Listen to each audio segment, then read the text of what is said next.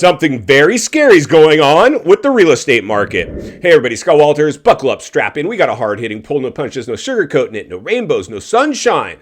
Just going to give it to you and give it to you straight. We got a good one to unpackage today. Welcome to the show. I hope everybody's doing great.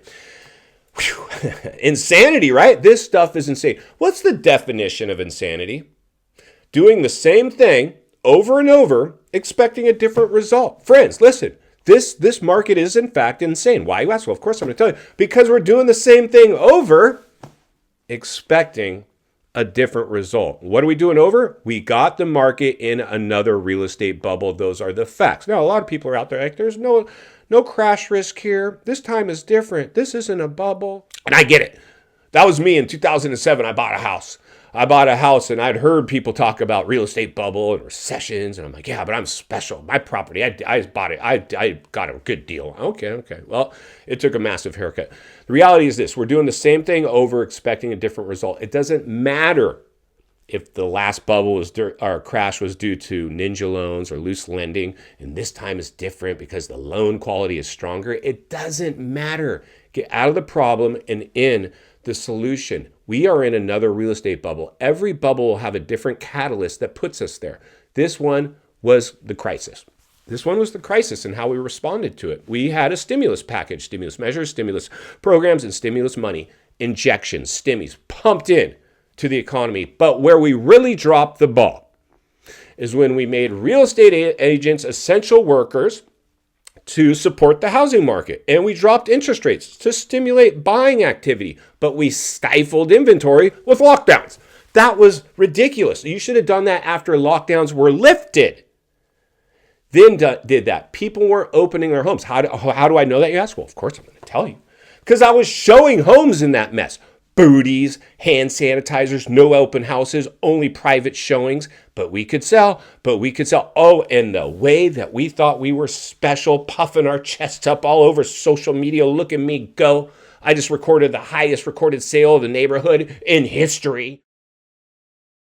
I'm such a good... No, you didn't. You didn't do anything a 10-year-old could sell in that environment. Whew. Insanity. I love this stuff. I love you guys. I love real estate. This is just fun. I enjoy this because today I can look at it with a lens that I couldn't look through it before. And now I just have this life experience, right? I don't regret the great financial crisis and great recession of 2008 anymore because what I've learned. I certainly don't want to go back and do the same thing over, though, expecting a different result. That'd be the definition of insanity. So, as a real estate agent, I'm here warning people, ringing the bell, sounding the alarm, and let people know the biggest artificially induced housing bubble ever witnessed in human history will have blowback, the dust will settle, and we will pay the piper on this one. Unfortunately, if we lose the U.S. housing market, we lose everything. It'll take down the entire U.S. economy, and it'll have a global ripple effect. That's what happened last time, and this is a bigger bubble. Bigger blowback, potentially. And here's where we're going with this one today. This is really what caused me to turn on the cameras because I'm seeing a lot of these now bills being pushed in to rent control. Rent control measures, bills to keep landlords. It's the landlord's fault. They're jacking up the rents. Probably true, but whose fault is it? Theirs? No.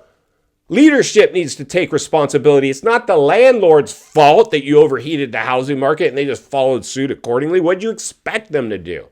What'd you expect? But he wants to say it's a housing shortage. It's landlords charging too much. It's none of that. I just explained what it was. It was overstimulating the market. You fumbled the ball. You kicked the can too far down the road, and now you want to push blame somewhere else onto landlords and a shorting of housing. No, it's not. We have basically now a lot of illegals in the country, over 20 million. They had to have somewhere to live, so they just took a big bite of that out of the apple. Then we had the unhoused. We couldn't have that, so we started taking over hotels and anything else we could and slamming them in there. So what did you think was going to happen? Now somehow rent control is going to solve the problem. That's the answer to the problem. It's rent control. No, it's not. It's not good. If anything, in my opinion, and let me know in the comments below. If you're new, get subscribed, jump into the comments and participate. Got a lot of smart people in there helping each other. Thank you. What do you think it's going to do? Do you think it's actually going to help? Do you think it's going to help anything? It won't. And this is what's kind of scary, friends, now that I hear myself unpackage this one.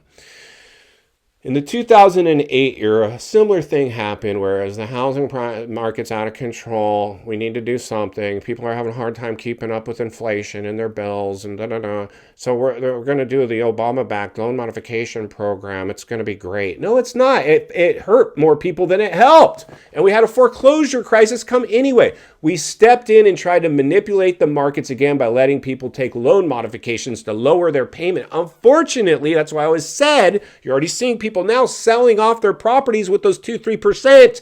Interest rates aren't saving them.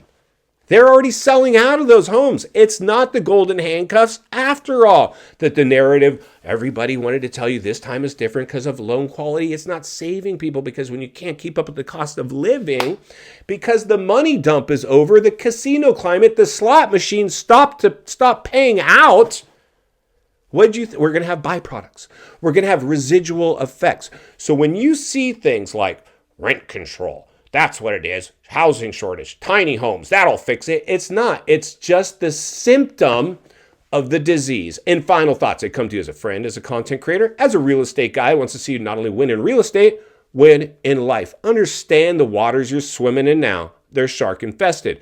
Housing market. Welcome to the swimming pool. When you guys see any of these programs, initiatives, or plans, it's all the result, a distraction from the real problem. We overheated the housing market and got it into another bubble. That should be sentence one. That's what everybody needs to understand. This thing doesn't sustain itself. You can throw everything and the kitchen sink at it. It will not. How do I know that, you ask? Of course, I'm going to tell you I already did, because in 2008, I saw this movie. They threw loan modifications and let people lower their payments, and they still got bamboozled, and the banks knew it wasn't going to work, and they just swooped in and foreclosed on those homes. And that's why Scott Walters will be here to blow the lid off it every step of the way.